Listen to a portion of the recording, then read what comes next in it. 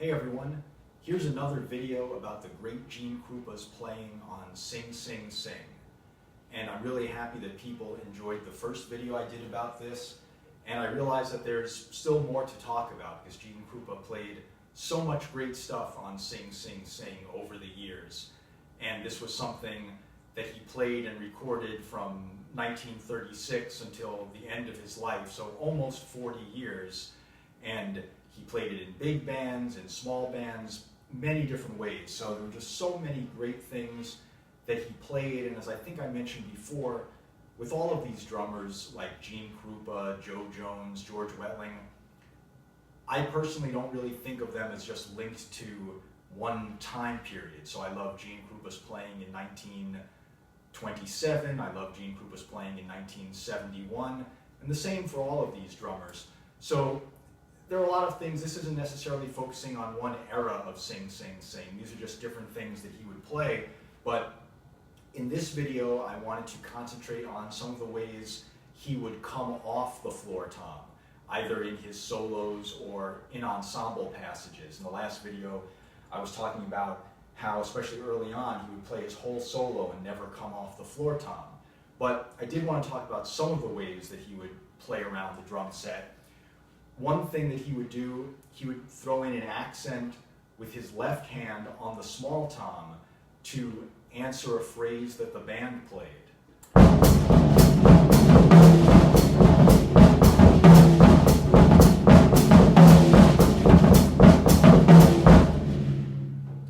So he just put that little accent there in between a phrase that the band was playing. He did the same thing, echoing a phrase of the band, playing on the hi-hat and the snare drum.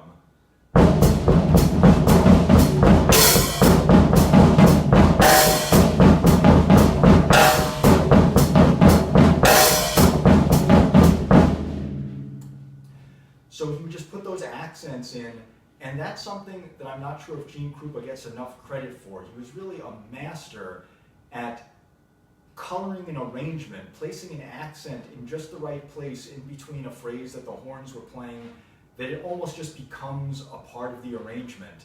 And in the way that I think of Joe Jones and Sid Catlett as real masters of interacting with the soloist, putting an accent in, a soloist would leave a little space, and they were just the masters of putting in just the right accent or phrase as a response to what the soloist played. Gene Krupa, especially with Benny Goodman's band in the 1930s, was just a master of doing that in a big band arrangement, just putting in these little accents that just, you would just miss them so much if they weren't there. So those were a few ways that he would come off the floor tom for an accent. He would also sometimes come off the floor tom with his right hand, bringing it over to the snare drum, and then maybe bringing both hands over to the snare drum for little fills. He would often do this in the 1930s behind Harry James.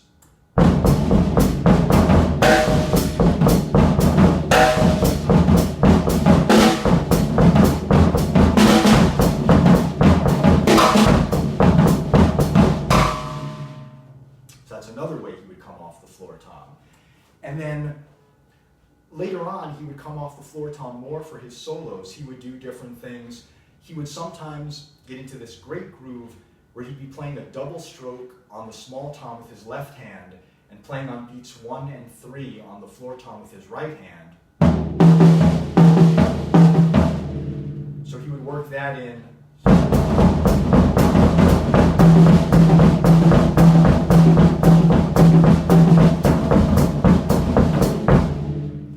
And then sometimes he would play around with that by also adding in some double strokes on the floor tom with his right hand, and then moving his right hand from the floor tom to the snare drum, either with a single or a double stroke. So he would get things like.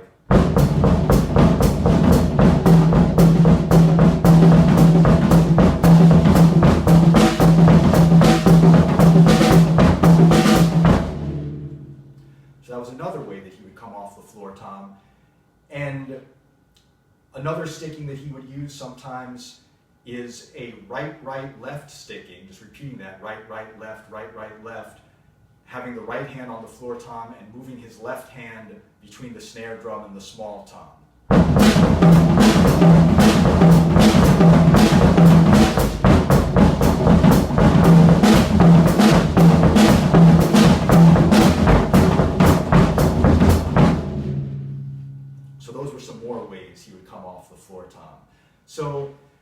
again, he recorded this so many times over the years.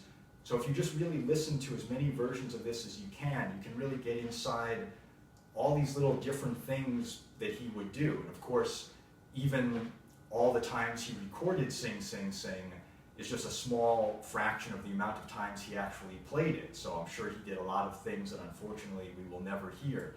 But luckily he did record it so much over the years in so many different situations that you can really get an idea of the variety of things he would play and just the incredible amount of different ideas that he would have for this one basic tune or arrangement. So there are still some other things that he did on Sing, Sing, Sing that I just feel are completely classic, but maybe I'll leave this here for now and I'll talk about those in another video. So thank you for watching, everyone. I hope this has been enjoyable. I love talking about all of these drummers. I love talking about Gene Krupa and about Sing, Sing, Sing. It's such a classic in drumming. So hope everyone had a good time with this, and I will be back soon. Thanks a lot, everyone.